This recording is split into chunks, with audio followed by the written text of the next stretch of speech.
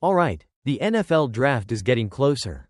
And while fans debate the top quarterbacks, some incredibly harsh words about one of the biggest names are coming out from inside the league. We're talking about Shedeur Sanders. And let me just read you what one anonymous longtime NFL assistant coach reportedly said about his formal interview. Quote, "The worst formal interview I've ever been in my life. He's so entitled. He takes unnecessary sacks. He never plays on time.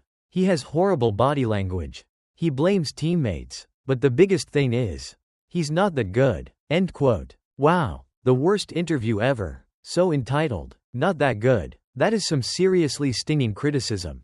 Especially coming from someone inside an NFL team. This isn't just one coach either. The article mentions another executive saying his interview didn't go great. And a scouting director talking about him being insulated and facing a potential culture shock in a real NFL locker room where, quote, "No one cares who your dad is." They point to his influence at Colorado and a lack of accountability compared to what he'll face in the pros.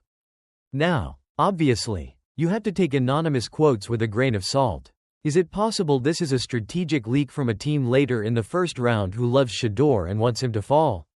Absolutely. It's impossible to know for sure how much truth is in it when someone won't put their name on the record. But it's out there now. And these are clearly real sentiments from some people within the league.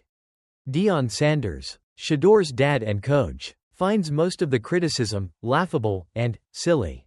Which isn't surprising, though. It's also worth noting that Deion's tendency to publicly defend Shedeur could also be something NFL teams consider. Here's the wild part. Despite this incredibly negative feedback, Shedeur Sanders is still widely considered the consensus number 2 quarterback prospect for the 2025 draft. Behind only Cam Ward. That tells you league evaluators who are willing to go on the record still see immense talent and promise there. So, where does that leave us? Shedeur is expected to go high, likely in the top half of the first round. But these anonymous comments inject a layer of uncertainty and potential drama. Does this criticism cause a team to pause?